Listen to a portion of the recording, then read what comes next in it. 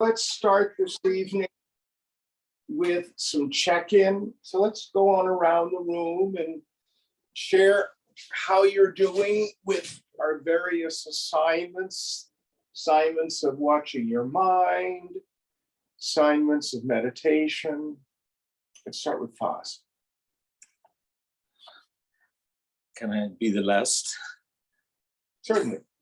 Let's start down here.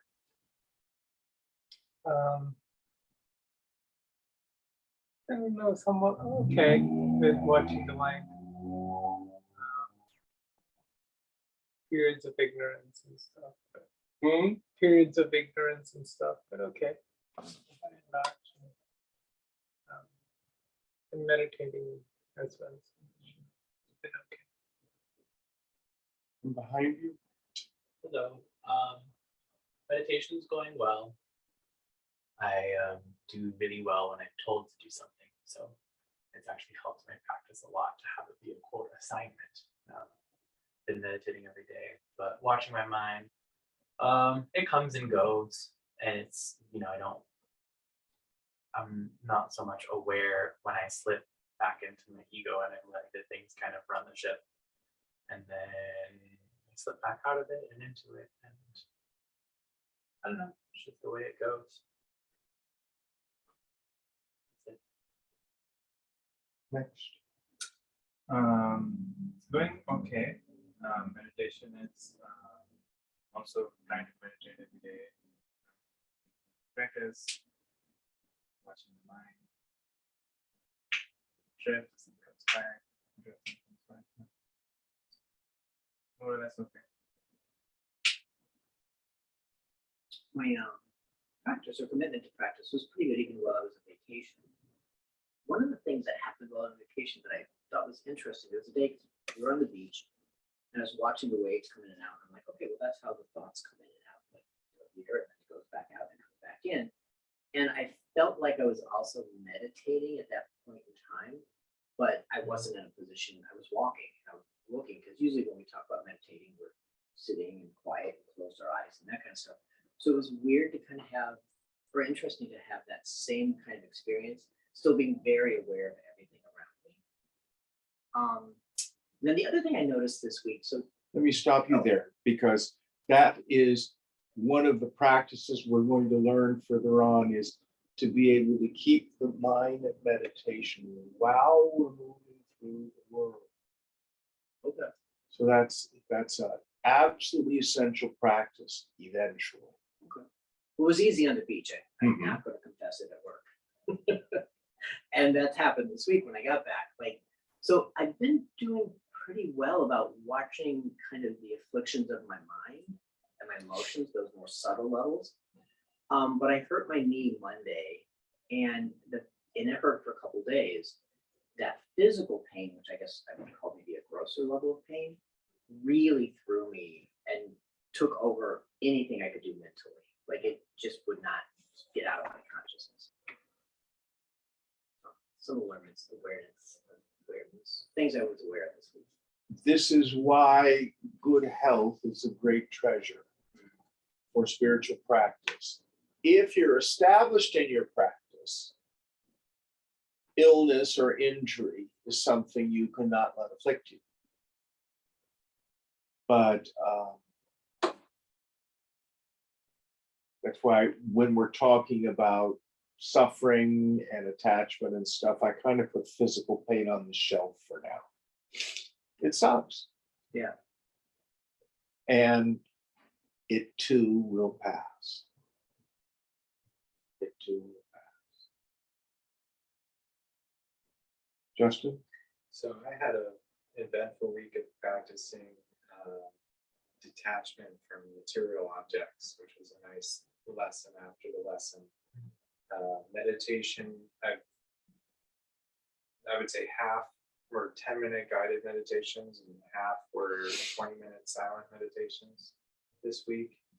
And I focused on when my mind was the grosser state of sort of obfuscation, focusing on the 4-4-4 box breathing technique, and then eventually get into this state of just equilibrium and then getting pulled out by thought, coming back to the breath. And I would say overall this week I've been very busy, but I haven't been overly attached to outcomes, which is nice.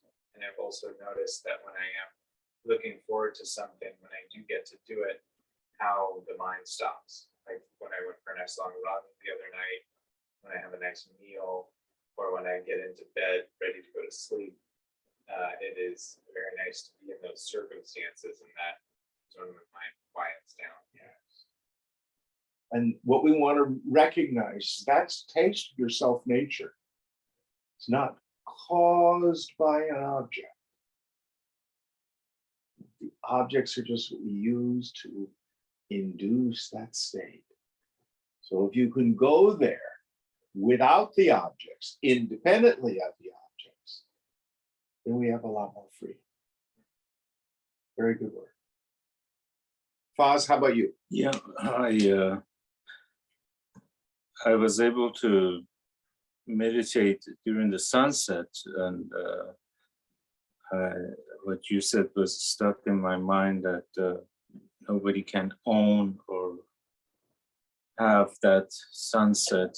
And during that period of time, I was just looking directly at the sun going down, and that basically blocked off all the thoughts that would usually come and go. So I think that was kind of a breakthrough for me to have that 10-15 minutes just sit in front of the sun as it goes down.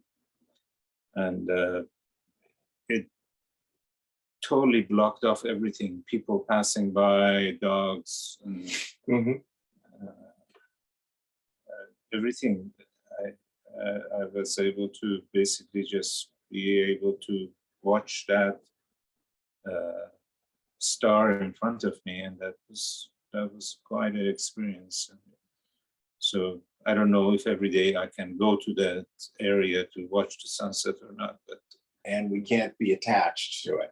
right. You need to be able to do that in your home, if you're in a forest, in the middle of the city, when you're watching the sunset. But you want to begin to make friends with that quiet moment. Is that making sense? Absolutely. How about people on Zoom land? Anybody want to share about their week, their practice?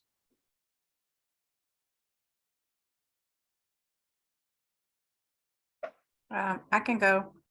So, yeah, I think I meditated every day. I think I missed one day. And I'd forgotten about that we were supposed to watch our thoughts, but today I was really aware of them. Super, super aware of them. And that was helpful to be that aware. It's like they had less hold on me. So yeah, and I do like the counting the breath. That's helpful for me because my mind does not like to shut up. So that kind of gives me something to do. But what I noticed when I was doing it was I would, breathe in. And then as I was breathing out, I would be saying the number rather than waiting till the end to say the number, like one. Doesn't matter. It's just a place to occupy your mind. Okay. Don't worry about it. There's no magic in it. Okay. And in time, you drop the counting and just be attentive to the breath. Yeah. Anybody else on Zoom? I could say that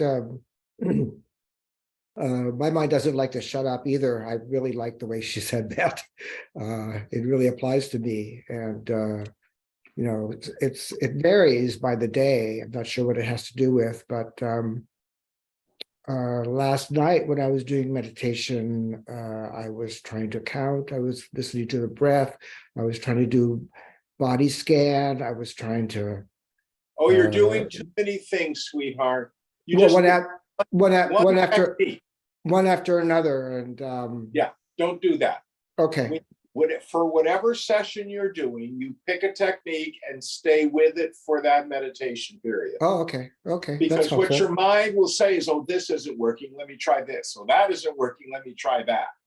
That's what it was doing. Yeah. No, very, very common. I should have mentioned that last week. My bad. No, that's a problem.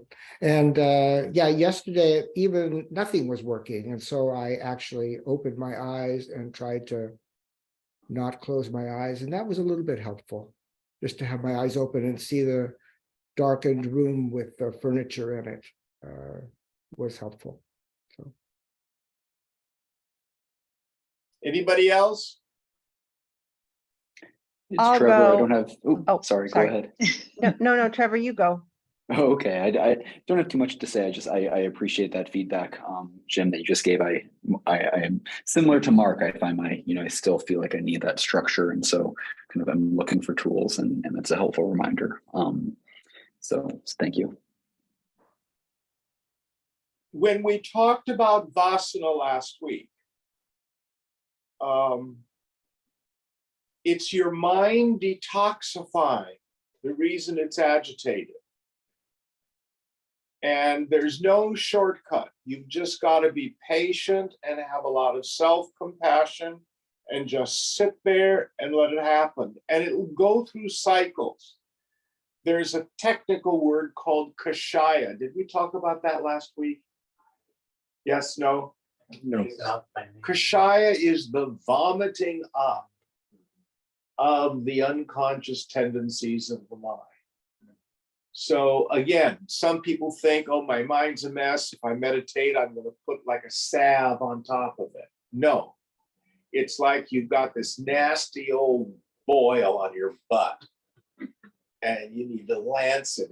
And that's what meditation is. So frequently, the most powerful and most effective meditations are the ones where it seems the most arduous. Just don't do something, sit there.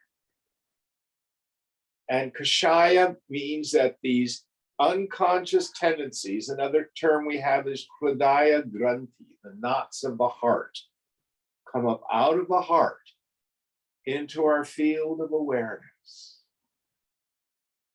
And we just be with them, with acceptance, with openness, and with enormous compassion.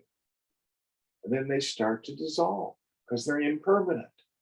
They're impermanent. Now, I do not know why this is so, but for most people, it takes about 20 minutes for the mind to settle down. Unless you're a facile meditator, you've been doing it a long time, then you can just drop right in. So don't be discouraged. If you're not up to 20 minutes yet, by now you should be. And then you'll find that, oh, it's getting easier after 20 minutes. So I want to recommend that this week. Anybody else on Zoom want to share? I'll share. Yeah, I meditated every day and watched the mind a lot. What was noticed was how much projection is going on all the time. Like the mind creating the world I'm living in by what it is projecting. And how, in the case here, that's usually fear, people thinking bad things about me. I'm in danger, that's a scary situation. And as the week went on, there was a lot less. I did a lot of things this week I never would have done 2 weeks ago in terms of not worrying about what people were thinking of me. Just like watching it so often and then just going, oh, that is just my mind telling me that this is how it is, but that's not true. Well, let me share with you what's true about most situations. If there's 100 people, one person probably won't like us. 9 people will like us, and 90 don't give a damn. And guess what we tend to focus on? The one that doesn't like us. Right. But watching this, People think of me is none of my business. I thought of that phrase Wonderful a slogan. lot. Yeah. So Of course, what I as- think of other people is none of their business. Right. So as those thoughts were watched more and more, they had much less power to affect the state here. Is that And Wendy that's talking? 'Cause It I is, can't- yeah, yeah. yeah. Hmm. And so there felt like there was a lot more freedom to just let a lot of that go. Now, you said something that we'll cover later on, but since you brought it up, we might as well point it out. The mind is my world, and the world is my mind. The great sage Ramana Maharshi used to use this metaphor. Your self-nature consciousness is like the lamp in a movie projector. The mind is like the film on the reel. This is going back pre-digital times. The image on the screen is my experience of the world. So what's the relationship between what's on the screen and what's on the film? They're really the same thing. One is a subtle form, one is a gross form.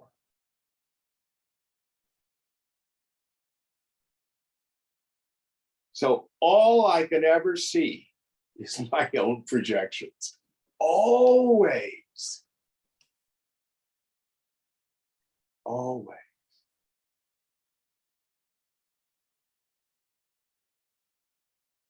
Anyone else in Zoom land? Yeah, I can go. This is Susali. Hi, Ariam. Hi, Wendy. Is that Susali? Yes. Hello, dear. Hi, Jim. What I've been doing is feeling visualization. So I just start, kind of scanning my body, but really not like when I feel, let's say, I'm not going to say my head because that's where I feel the most kind of tingling vibrations. But like if I start with my feet, I kind of don't feel them. And so I just been, scanning my body and really seeing the difference between the contact of the chair and my leg, for example, and seeing no division there. And I can be like that for many, many minutes, and then something comes up that is not pleasant.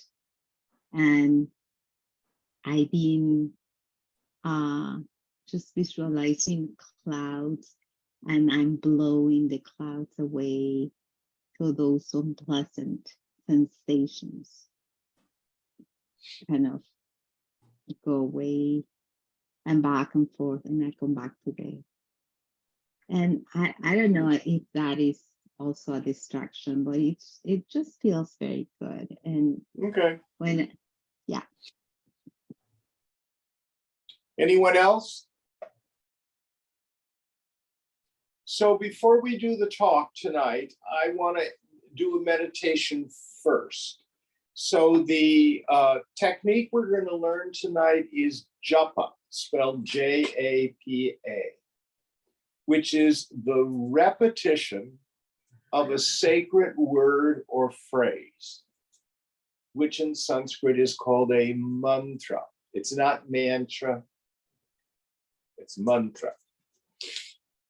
It is frequently done with what we call a mala, prayer beads.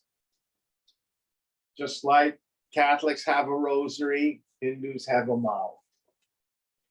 And you go around the mala. I think there's 108, isn't that right? Mm-hmm. Beads on a mala? Yes. Yeah. You don't need to use them. I found that it was too too cumbersome. I've never been fond of using malas. Some people find that they get a lot of, gives their hands something to do. So you start at the little bead here, this one has a little feather on it. Om Namah Shivaya, Om Namah Shivaya, Om Namah Shivaya, Om Namah Shivaya, Om Namah Shivaya, Om Namah Shivaya. You go on around. Or you can just have a mantra or a sacred word that you use as your point of attention. Now, those of us who come from a Christian tradition, if you read the classic book called The Cloud of Unknowing, and if you have an interest in it, I personally like the translation done by William Johnston. He was a Catholic priest who was stationed, I think it was in Kyoto in Japan. He was one of the first of the Catholics to start a dialogue with the Buddhists. So you could use a word like love or like peace. If you're Indian and you have what we call an Ishta Devata, you can, there's several mantras. If you want me to teach you one, I will. The one that was given to me by my guru is Om Namah Shivaya. Om is the sound syllable for the infinite. Nama means to bow or do reverence. Shiva is one of the names of the infinite, means auspiciousness by self-nature. If you're Muslim, there are, 1,000 names of God? 99 names of God. So I don't know, have you in your religious practice chanted anything like that in interior? Pause. No. One of the ones I know Sufis use is Allahu, Allahu, Allahu. I don't know what who means. Who is kind of like Om? Oh. So if you find being with the breath or counting with the breath isn't as facile for you, a mantra is incredibly powerful. Those of us who are old hippies, you know, Hare Krishna, Hare Rama, Hare Rama. Again, back to the movie Gandhiji, when he's shot at the end, Ben Kingsley goes, "Oh God," and that was what he said when he died. It's not quite true. He was devoted to Lord Rama, so he died with the name Rama. Now, Swamiji used to tell a story, which is very good. Once upon a time, there was a fellow, and he was walking through the desert, and he finds a bottle. Picks up the bottle, and he rubs the bottle, and out comes a genie with a terrible aspect. The genie says, "I will do whatever you ask me to do. But if you don't ask me to do something, I'm going to eat you." So I go, this is great. I want $1 million. There's the $1 million. I want a huge palace. There's a palace. I want to travel around the world. It picks him up all around the world, comes back over. This guy's really serious. I don't know what to do. So he has a brilliant idea. He says, make a pole. What I want you to do is climb up the pole and then climb down the pole, and climb up the pole and climb down the pole. And continue to do that until I need you and tell you to do something. course, the genie is our mind. And if we don't give it something to do, it turns around and wants to eat us. So climbing up and down the pole is japa. It's the constant repetition of a mantra.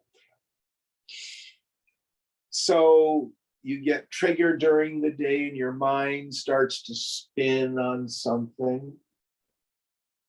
A valuable technique is set it aside. Om Namah Shivaya, Om Namah Shivaya, Om Namah Shivaya, Om Namah Shivaya, Om Namah Shivaya. You just turn your mind back to the mantra.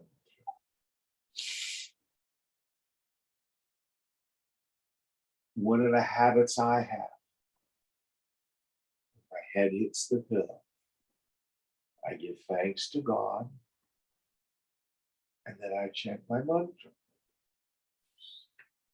I may do some blessing prayers before that. It's a very, very valuable technique. Who here uses japa at times? Oh. So, when you're chanting a mantra, you do not want to make it mechanical. Oh, my guru said I have to chant it 1,008 times. So I'm trying to get it through it in 20 minutes. No. Oh, Namah Shivaya. Let it be easy, enter into it, and let there be space around the repetitions of a mantra. Om Namah Shivaya, Om Namah Shivaya, Om Namah Shivaya.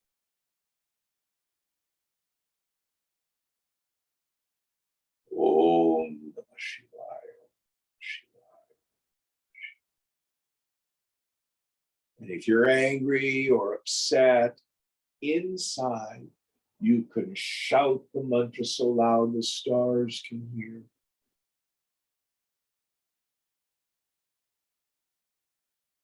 Some yogis, their minds get so quiet that it can be an entire day to say the mantra once. Oh.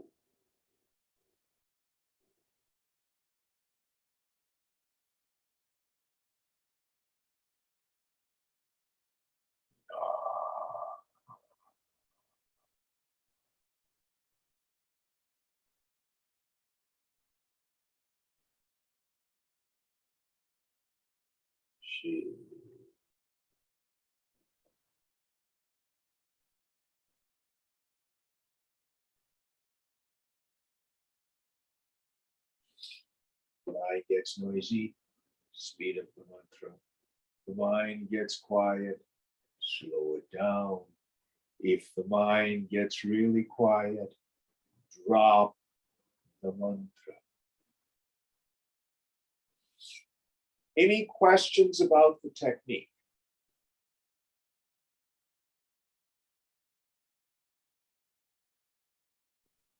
Jim, do you say it out loud or you say it to yourself? To yourself, to yourself. If you're at home and you're really upset, you may want to say it out loud. There's another form of mantra, which is what we call bhajans or kirtan. This is where these mantras are set to musical motives, and you can sing them. Shivaya Namah Om Shivaya Namaha Shivaya Namah Om Shivaya Namaha Hara Hara Shiva Shiva Namah Shivaya Hara Hara Shiva Shiva Namah Shivaya. Like that. Actually, the Christian tradition has a form of this. Mike, have you done Taizé prayer? Yes. It's the same thing. And does the same thing. You've got a repetition of a phrase that turns our mind towards God. It's sung, which uses a different part of the brain than just speaking. And you repeat it over and over again. People get really, really quiet. So, any other questions about the use of japa as a meditative technique? Let's give it a shot.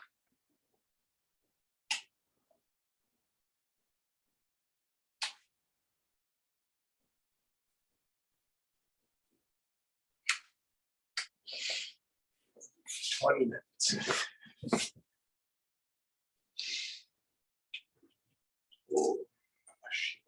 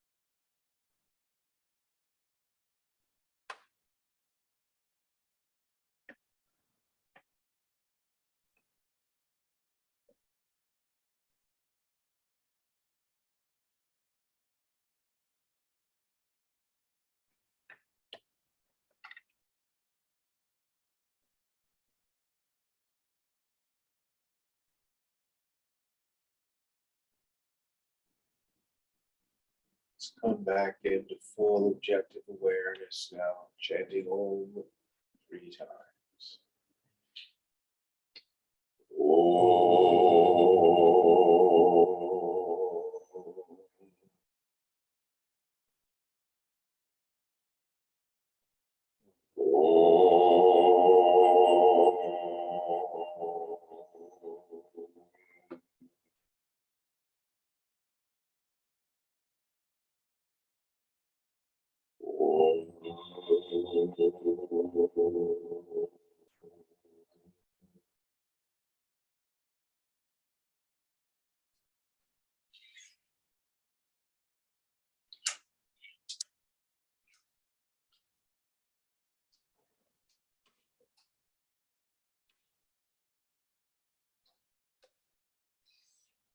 How did you all do?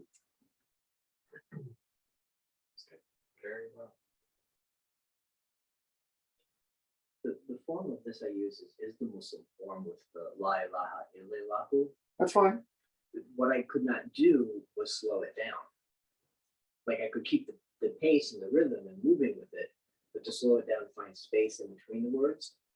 I had a hard- Stop the series of repetitions. Yeah, I just had a hard time And then doing let's there be silence. that. Yeah.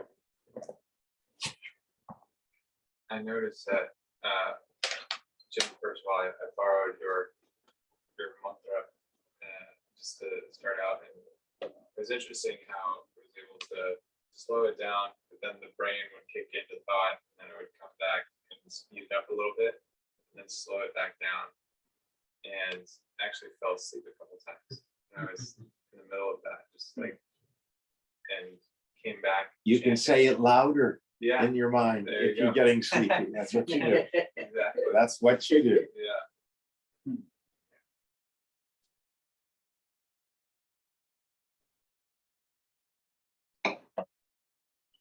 Everyone know what Om means? Senses out of the infinite. But it's really deep.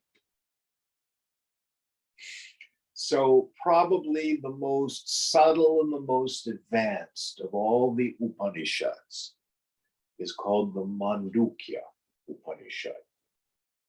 And it's very short. It's only 12 mantras, 12 verses. It is traditionally studied with what's called the Gaudapada Karika. Gaudapada was a mid-8th century saint. He was the guru of a dude named Govindapada, who was the guru of Adi Shankara, who's very famous and wrote a lot. But in the very beginning of Mandukya, in what we call the Agama Prakarana, the scriptural part, it starts out by saying, Om, the word, is all this, meaning the phenomenal world. All that is beyond all this is verily all. Then it says, Om is divided into Chatushpada, 4 quarters. This is not like the 4 legs of a cow. It's 4 in our series of discussion. The first letter, you would think Om has 3, but it has 4. The first letter is which is right there in the front of the mouth. The most open sound, stands for the waking state. Entire world we see in the waking state.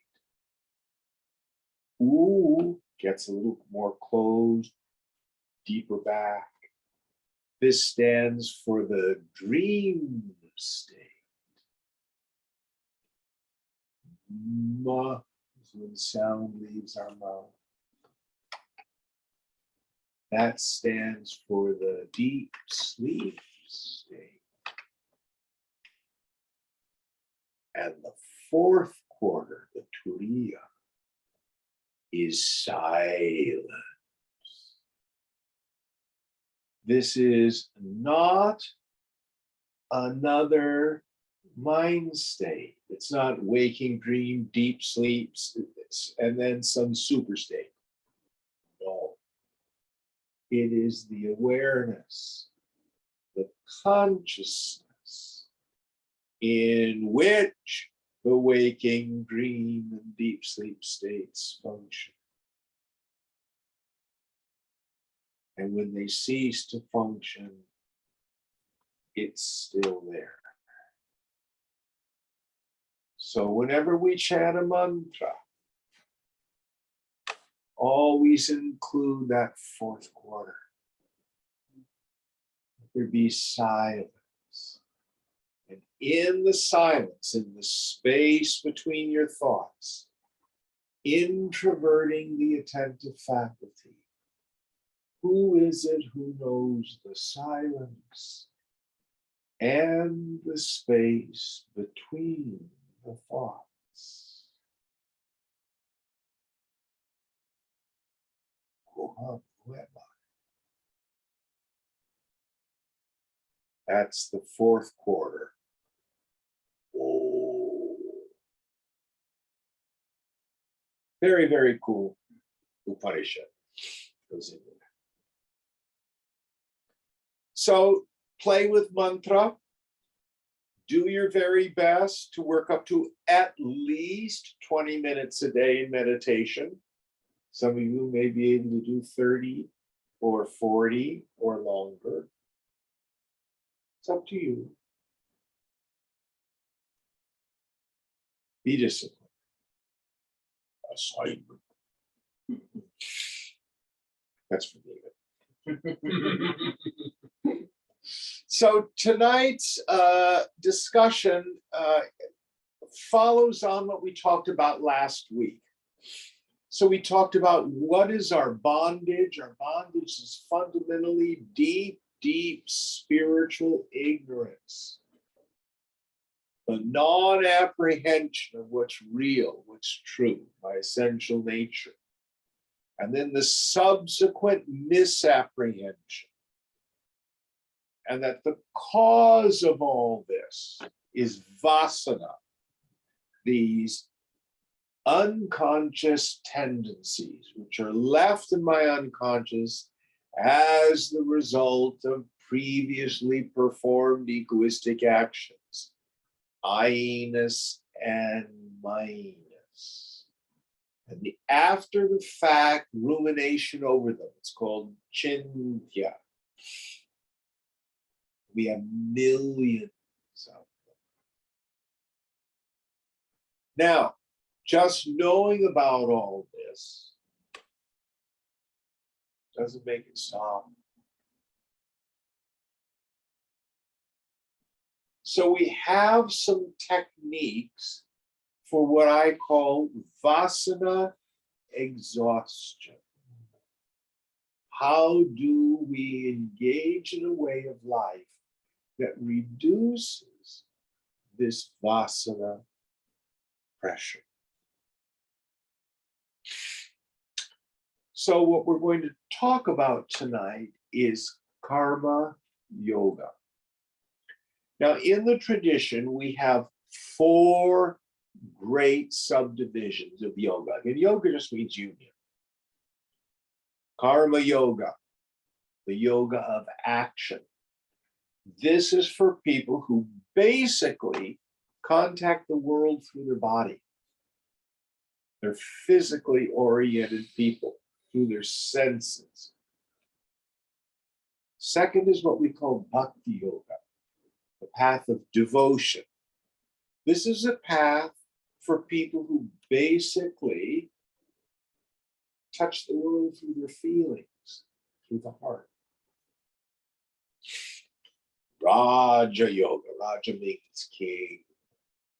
It's the path of psychic development. Anybody here, if you take a yoga class where you do yoga postures, that's one of the limbs of Raja yoga. Or if you do breathing exercises, the very first breathing exercise I gave you was actually a pranayama, which is one of the branches of Raja yoga. the people who are attracted to Raja Yoga, no blame, are people who are usually interested in power. Who have powers. You can get them through Raja Yoga. That's how these great yogis are able to teleport, move through walls, and leave their bodies, and all that kind of stuff. The fourth great school of yoga, or branch of yoga, is Jnana Yoga, or the way of wisdom. For those of you who've studied Buddhism, it's the Hindu path that's closest to Buddhism. They're not identical, but they're very, very close. Now, most of us, in fact, practice what I call an integral yoga. We take pieces from all four branches. The fundamental path in which I have been trained is that fourth path, the way of Jnana Yoga, Advaita Vedanta. But we embrace Karma Yoga as a fundamental tool in our path. So I may want to be detached from the world and, not be upset by this, that, and the other thing. But if I'm really honest with myself, I love money. And I really want to get ahead at work. I'm ambitious, Jim. I can't help it. And I love beautiful things. And I want to have a family. I want to go on a cruise. I want to be somebody important in the world. Any of these kinds of things occupy your mind? Then you are ripe for Karma Yoga. Because the reason we want these things is because of vasana. So how can we live in the world? Because we're going to do it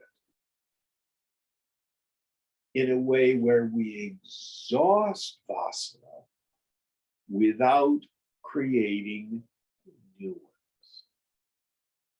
This is what Karma Yoga is about.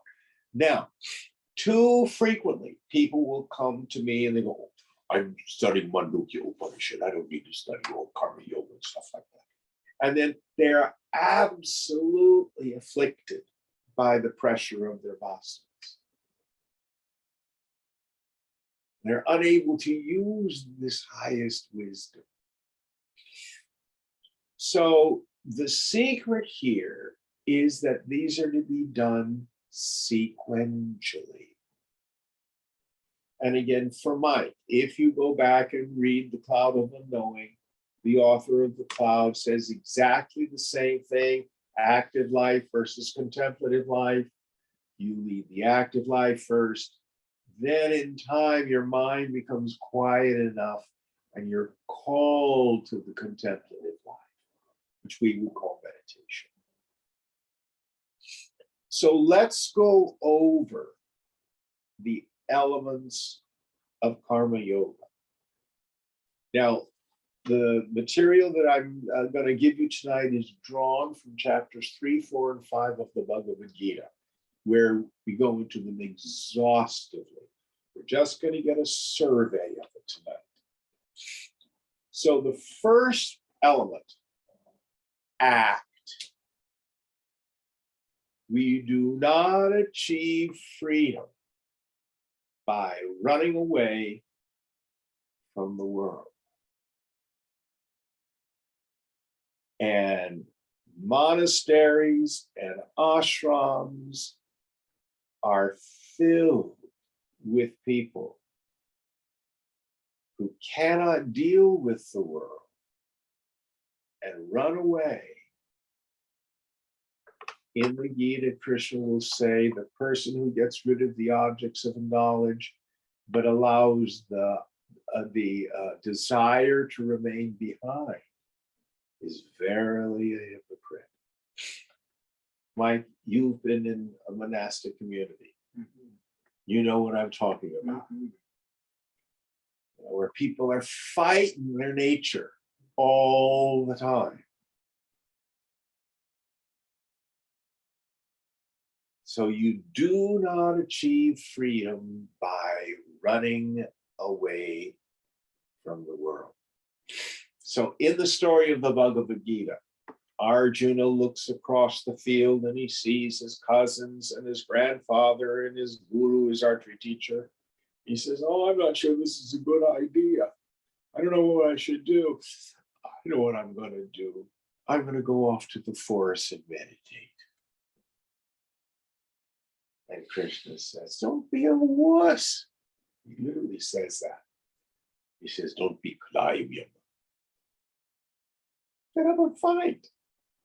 And Arjuna's, then he starts to whine. I love it. It's just like you and me. Yeah, but what about it? I don't want to do this. No, I hate this kind of, and that person said this. That sound like you and me? Arjuna just whines. And Krishna goes, what an underhead. We're going to have to enlighten him right here on the battlefield. So that's what happens. So the first thing he tells Arjuna, get up and fight. It's your duty. It's your swadharma. Dharma is the essence or the nature of a thing without which it would not be the thing that it is. It also means path. It also means law. But the first definition is the essence or the nature of something. It's the dharma of fire to burn. It's the dharma of sugar to be sweet. It's the dharma of water to be wet. So each one of us has a mission, a vocation, a calling in life. We are designed to work. Work is the highest form of play. Play is the highest form of work. How should I work? How should I act? According to my swadharma. Now, the exoteric understanding of this is frequently plugged into the caste system. So if you're a Brahmin and you're the priest class, then you become a scholar and a religious and stuff like that. If you're a Kshatriya, this is like Arjuna in the Gita, then you're a warrior, you go fight. If you're a Vaishya, then you're a merchant. You deal with the means of distribution and of goods and services. Shudras are the people who work with their hands. They're the laborers of the society. All are necessary. You're not really born into them. It has to do with the qualities of our mind, the force of our past actions. But the subtler meaning is that we're called to do something. If you ever go back and watch any of those old videos of Bill Moyers interviewing Joseph Campbell, he talks about this, following your bliss. So if you're working for all the wrong reasons, a lot of people, oh, I want a government job. Why do you want a government job? Because I don't have to work and they can't fire me. That becomes a soul-crushing way of living. Or you get an idea from a parent. You have to be an accountant. It's safe and you'll make plenty of money. And you hate it. Then it becomes soul-crushing. Krishna will say, better one's own duty, even devoid of merit, rather than the duty of another. The duty of another is fraught with fear. You may be a very good salesman, but that doesn't mean you like selling. Now, ideally, when we're children, our parents present us with all sorts of opportunities to do things and to think about things and experiment. You may want to be a firefighter on Monday and a ballerina on Wednesday and a rock star on Friday. But as we grow up, hopefully, we begin to get in touch with what our gifts, what our talents are, what it is that we enjoy doing.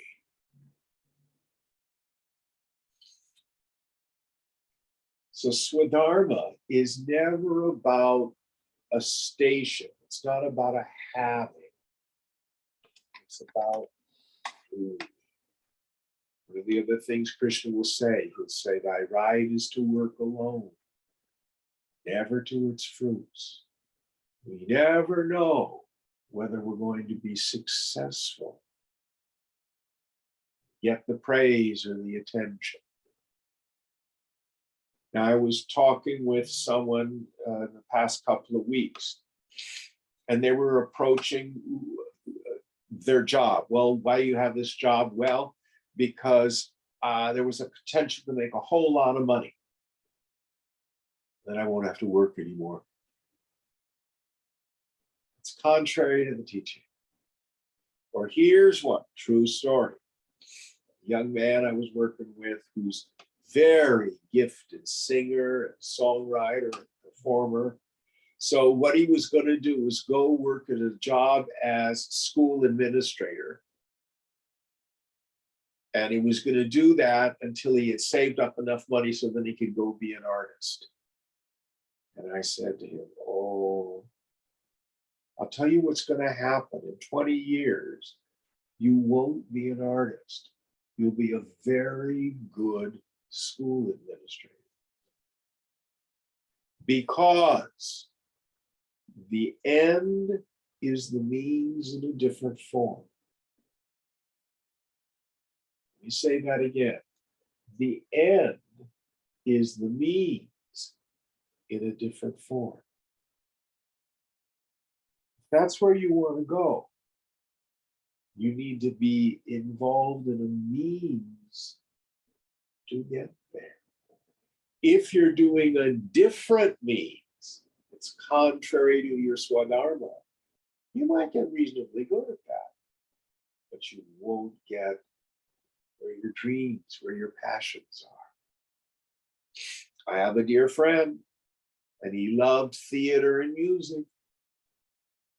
But because of these super ego ideas, the waggy finger of parents and society, he decided to go to school for finance. He's really smart, well in school, but his entire work life, he never enjoyed accounting. You know, when he would get laid off, he would rejoice because then he'd go get a show. Then he retired in his 70s, and that's awfully late to start doing theater and music. I mean, he does it as an amateur. But right here, right now, act out according to your Vasanas. Doing what you love.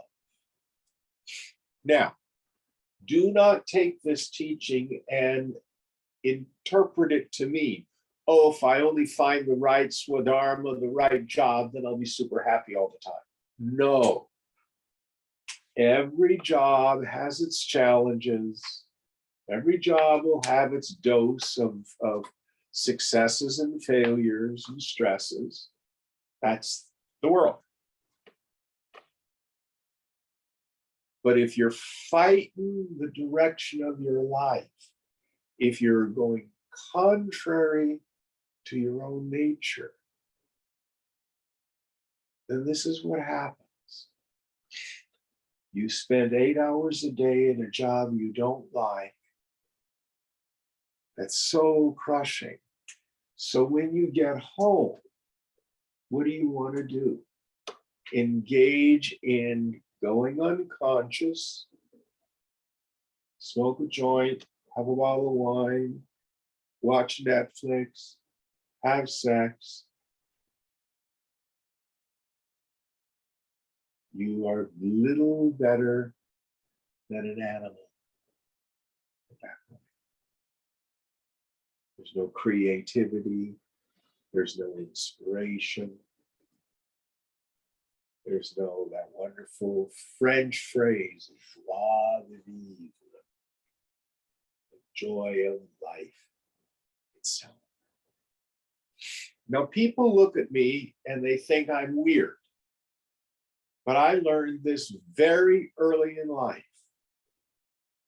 I had some pretty crappy jobs during the summer of my high school years.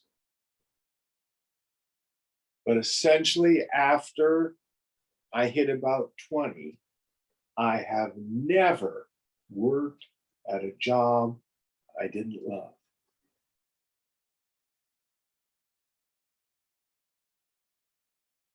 No wasted time. I'm not a wealthy man, but that's not a goal in my life. You can have it.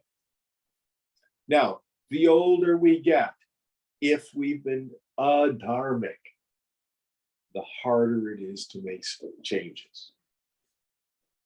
So the teaching here is, if you find you cannot do what you love, then you work to learn to love what you're doing.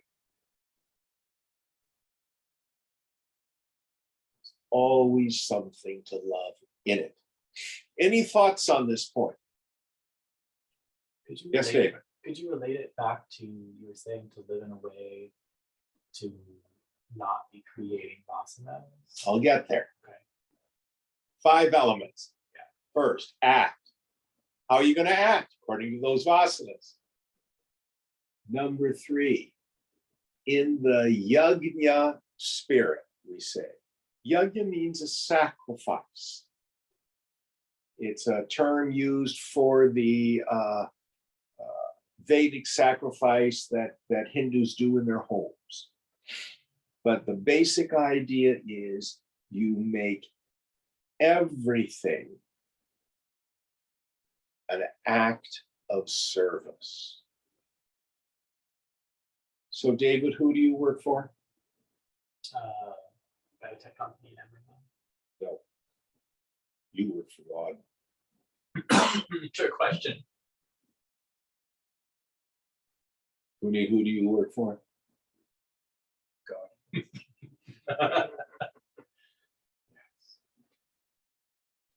So this is how we want to reorient our thinking. It's not about me and getting my desires met, my ambitions, and am I going to get the fancy title? You know, we get just reward, but what it's about is service. Swamiji used to thunder, serve the society. That's what we're here to do.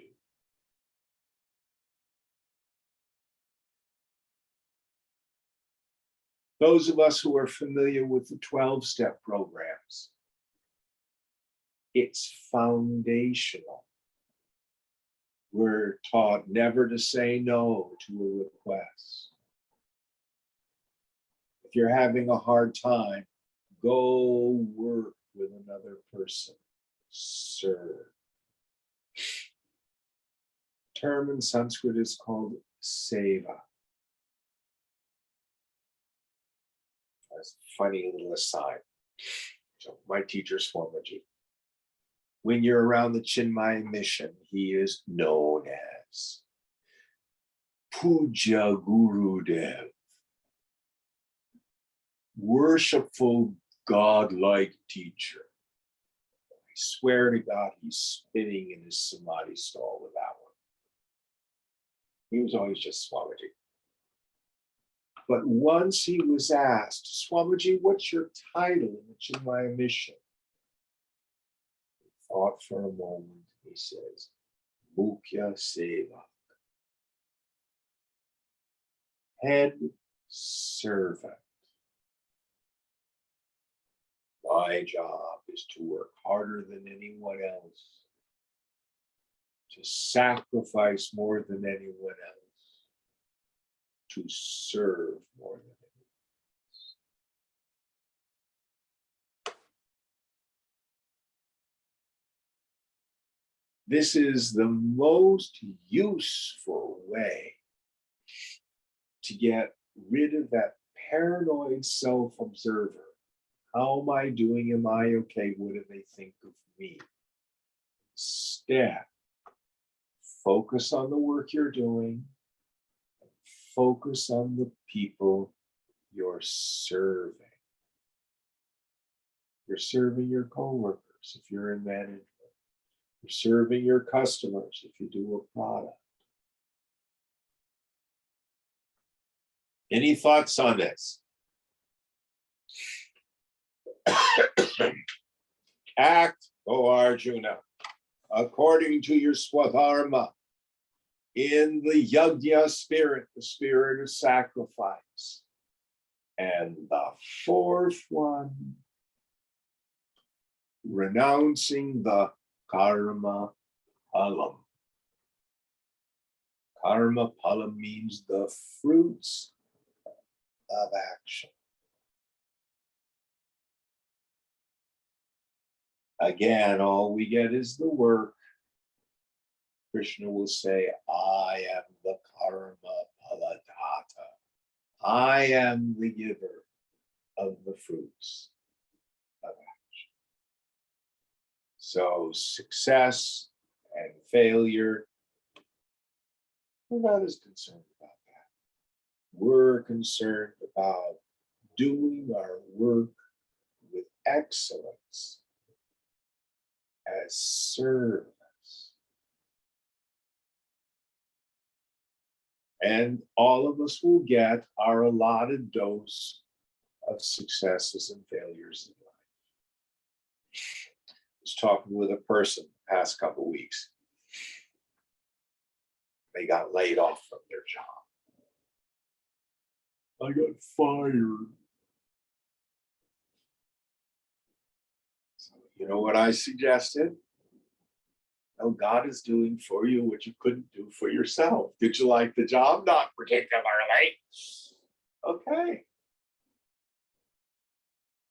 Now is one of these really uncomfortable and challenging liminal moments. What do you want to do? How can you be of service? How can you have fun sharing your gifts with the world? We never know. In a lot of traditions, you'll hear the term that everything is a gift from God. It's not true. Everything is on loan from God. God is the ultimate repo man. You never know when it's taken away.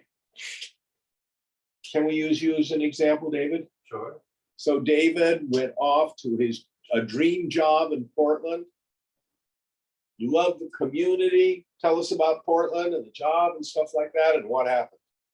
Got laid off.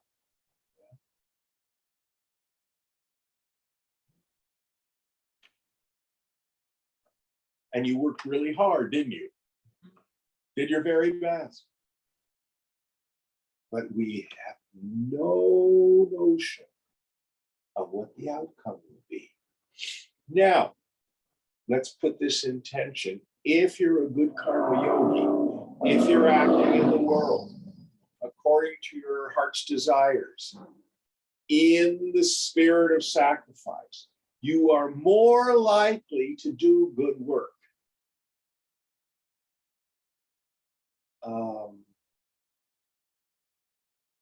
Some of you in IT may have friends who they come home from work And the next thing you know, they're on their laptop and they're still playing with the computer. Any of you do that or have friends who do that? Yeah, it's like programming is fun. It's fun for some people. Like, when I was a professional musician, when I was down at Cal State Hayward, I could tell you who had a chance to be a professional musician. Because as I'd walk around the halls, see some kid, 10 o'clock at night, there he is practicing scales.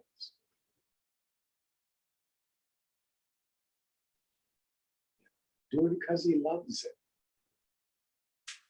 That's what it takes. So renouncing our attachment to the outcome, the fruits of the action. The last one is the most difficult. Renouncing our identification with the sense of agency. We talked a bit last week about how the ego sense is fundamentally an illusory construct in the intellect. There really is no such thing as me, the individuality. It's a shadow self, it's a phony self that appears. And we think that I, the individual, make all these free choices based on my desires. Listen carefully. There's no flying finger of fate out there doing our lives like a puppeteer. We experience choice. But the question is, why do I choose what I choose?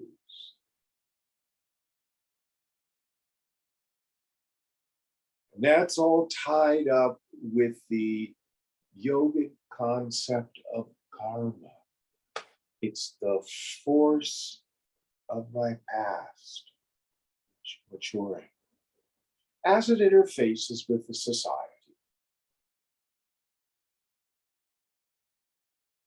You're going to do what you're going to do. And in a way, it was written when you popped out of the womb.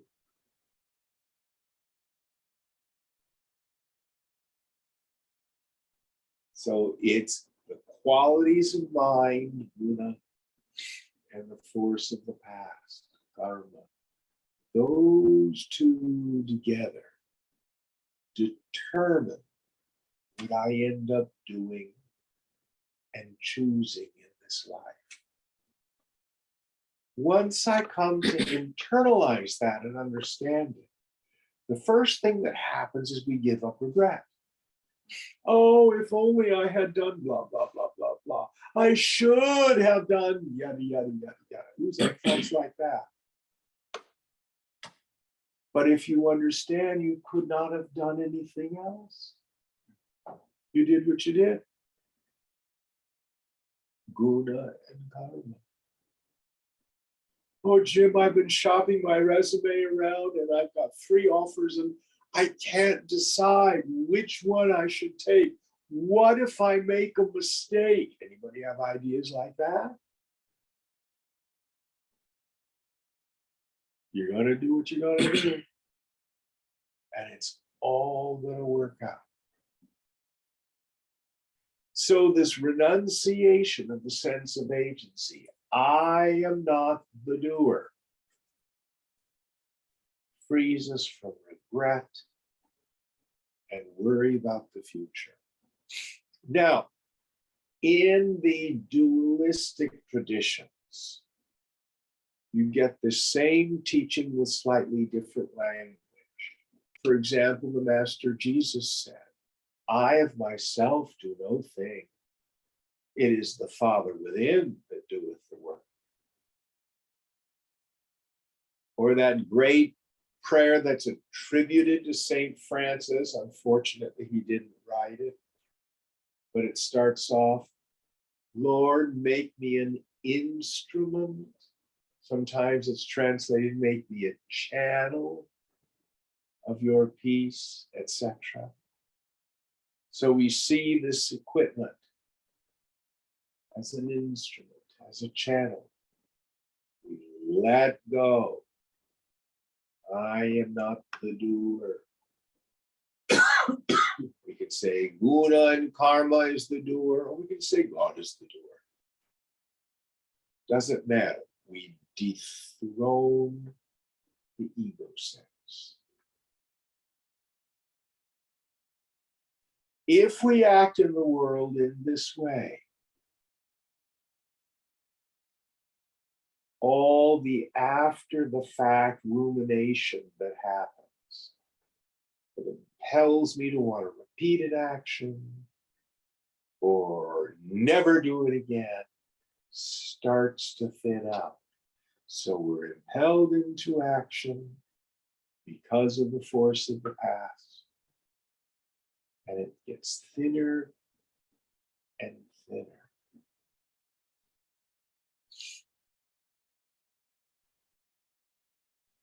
Mind gets more quiet, it more easily turns in. Okay, it's 9. Let me repeat the 5 elements of Karma Yoga.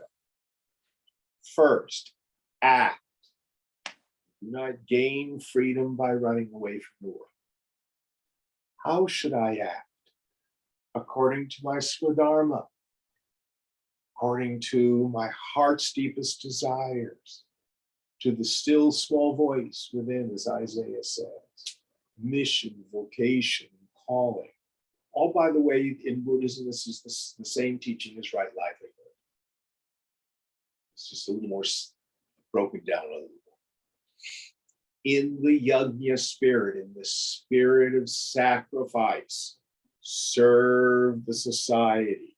It's not about me. I'm working for God. I'm serving the society. Renouncing my attachment to the fruits of the action, the outcome. All I get is work. The outcome belongs to God. The 5th element, renouncing my identification with the sense of agency. I can either look at it as just the force of the past and the qualities of mind that are the agent, or I'm practicing being empty, letting God do it. Not my will, but thy will be done. Any thoughts on this? It's a lot to remember. Don't worry about it. These ideas will come around again. This Jim? is the practice. Yes. I have a question. When you say the qualities of the mind, what do you mean by that? The gunas. We'll get into that in a later lesson. I don't have time to do it tonight. Okay, all right, thanks. All right. Om Tat Sat. We'll end here. Thank you all. Thank you, Jim.